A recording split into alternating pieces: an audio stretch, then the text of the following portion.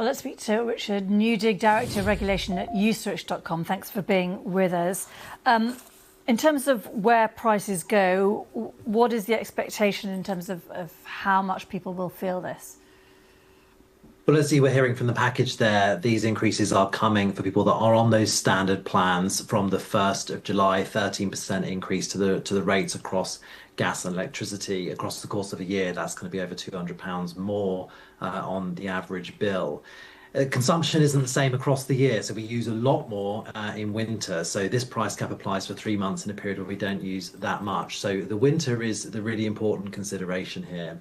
Unfortunately, the early predictions for that suggest these prices are at least going to sustain. Some predictions are actually suggesting they might go up again in October at the point we start using. So there is a really big question here. One, for those households who can do something about this, there might be an opportunity to take a fixed deal to avoid those price increases. But because if people don't do that, they're facing chunky increases on top of wider cost of living challenges. And if people think, well, they'll hold out because they would hope that maybe, the Iran war might be resolved, is there still a time lag in terms of what you see with prices? Well, what we've seen here, obviously, with a 3-month price cap, as your piece was saying, is that it's held off those changes. We'd seen the price cap come down. After the last announcement of the price cap, the situation in the Middle East gets a lot more difficult, and it held off until now being passed through. But we have to remember the situation in the Middle East, even if things get better, a lot of infrastructure has been destroyed. There's a lot of gas that still needs to get around the world. Even if it got better tomorrow, it's going to take a long time for the system to fully recover. So it seems unlikely it's going to recover fully in time for winter. So we're not just going to revert to where we were.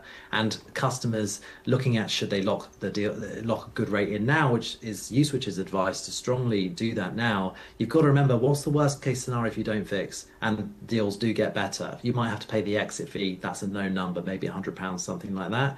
What if it gets worse, though? And actually, that is a scenario that is not impossible either. The price cap gets reviewed every 3 months. The regulator has to consider the wholesale prices in that price cap. It has no flexibility in that. It will have to pass things through. So the balance of risk for most customers now, they can dodge this price cap by fix over winter, save yourself having to go through this price increase, because the situation could go either way. Just briefly, how does this compare with what we saw with bills and Ukraine? This isn't as bad as the Russia-Ukraine situation by a long shot. At that point, the UK government intervened significantly for a package that protected everyone. That's not the situation here. But the flip side of that is the government in the UK has been very clear. It's not going to intervene for everyone this time. It is looking at options for those who are the most vulnerable. But if that isn't you, if you're just a customer thinking about what I can do, the only option here is to protect yourself and lock a good price in. Richard Newdig from Uswitch.com. Thank you. Around the world and across the UK, this is The World Today on BBC News.